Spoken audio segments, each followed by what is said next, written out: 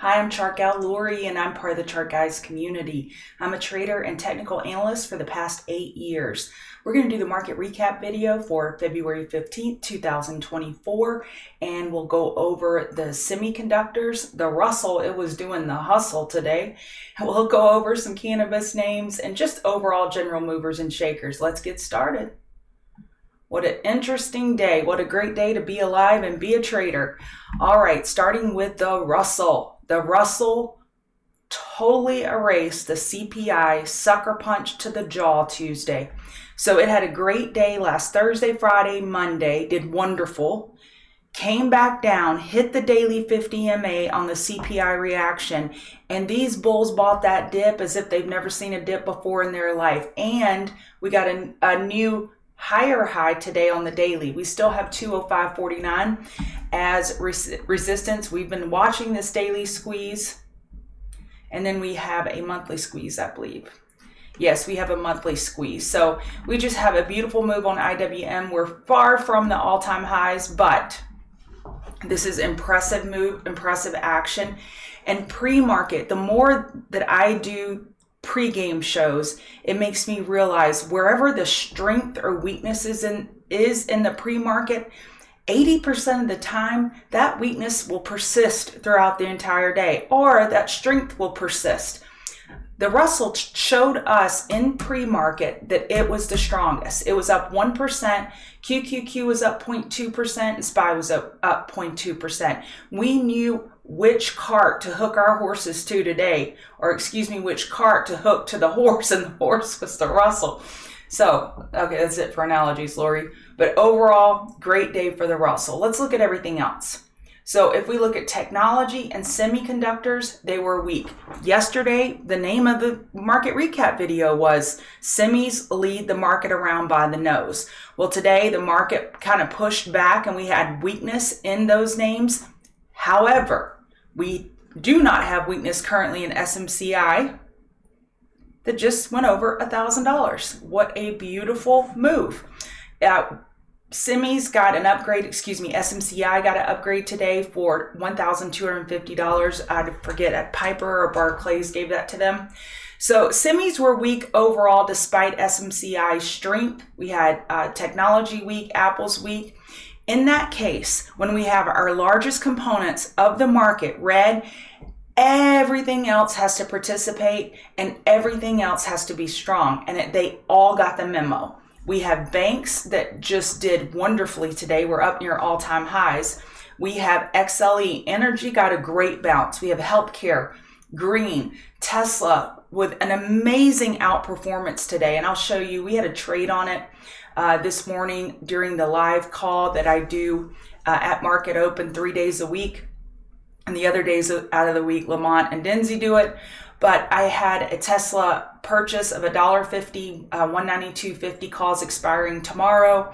And my last scale, I sold 375. I sold at 225, 260, and then 375. So great trade. And those are now trading around $6.55 on Tesla strength. So let's go start with that trade and then we'll go back to the indices. So I went over in great detail this morning why I was watching Tesla. First of all, we have a daily inverse head and shoulders. I've been drawing this out for last week and this week. So we got this inverse head and shoulders. It's an unconfirmed pattern, but we know we have a bullish pattern here. We have a news catalyst. Elon increased his stake in Tesla with his 13F filing. We know that the market or the investors like when Elon is focused on Tesla. With him intentionally increasing his stake by almost 50%, that shows you his focus will be on Tesla. The market really liked that. Give me a news catalyst with a chart pattern, and then it's a laggard in a bull market, and it's just like combustion. So what made me take the trade on a lower term time frame? Remember, we can have a setup, but if we don't get a trigger, we don't trade. And this is the indicator called 4C daily levels and sweet. And this is an indicator that plots the prior day high, low, and close. You can do open and pre-market too. and it automatically plots it. And look where Tesla hit right at market open.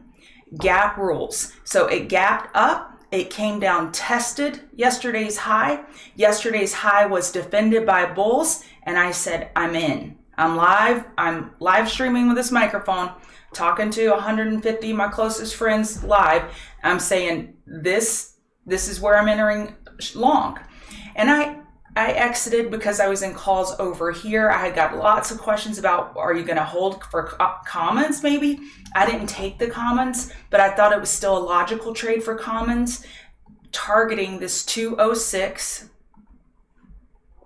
this 206.77 gap fill. I thought that was a logical area to be targeting. So this was my best trade of the day. Let's go back to SPY. So on SPY, we filled the gap. So we filled the gap for Monday. We have not gotten over Monday's high, but impressive bears got just toppled today. QQQ, we didn't quite fill the gap, 434.65. Oh, we did. We did fill that gap, but we didn't push hard up into it. Why? Because of semiconductors. I forgot to mention, we have PPI tomorrow. So we have PPI tomorrow at 8:30 Eastern.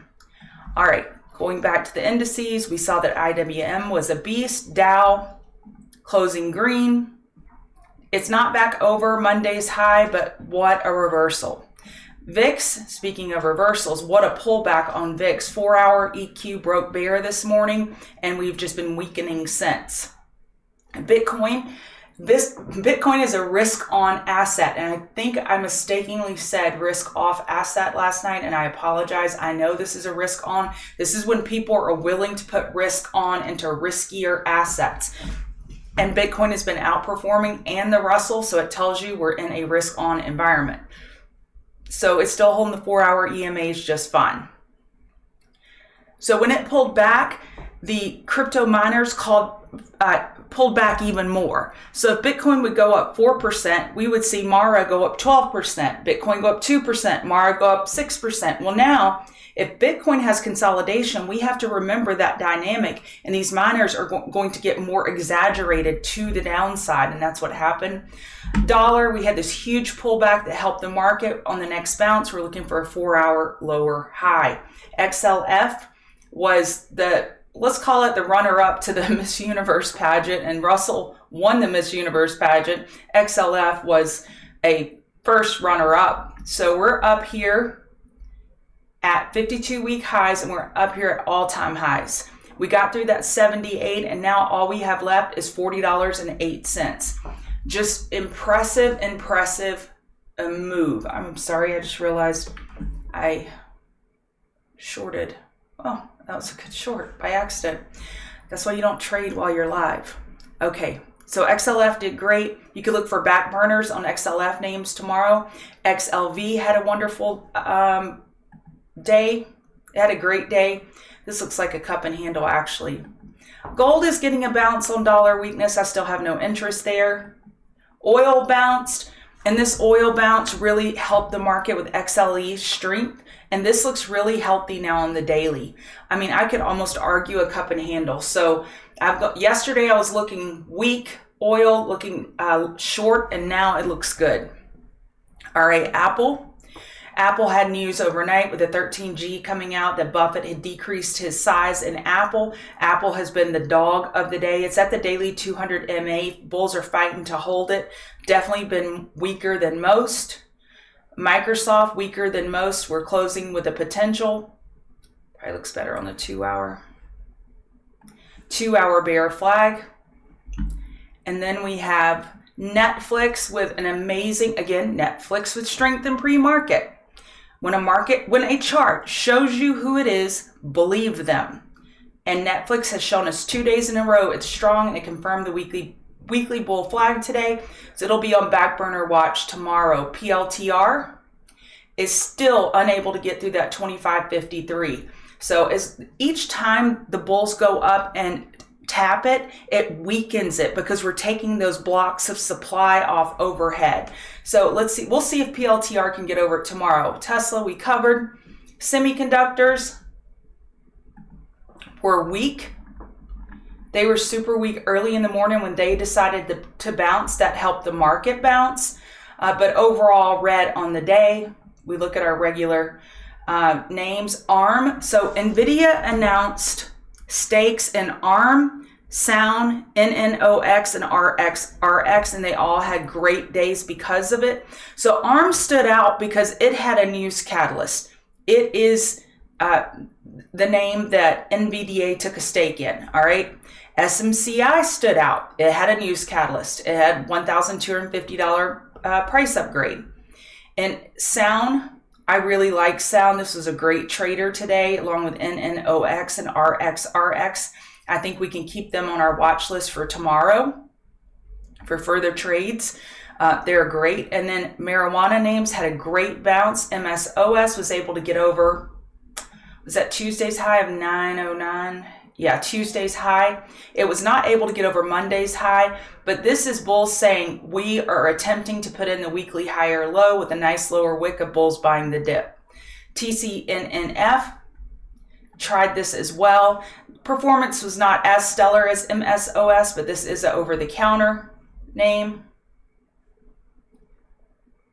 Closing, the close is not ideal here. You want to be closer to the high of day, not the low of day, but the bulls will take it. It's a bounce and it's in the right direction. So let's see. And as always, stay on your toes for a news catalyst for these names.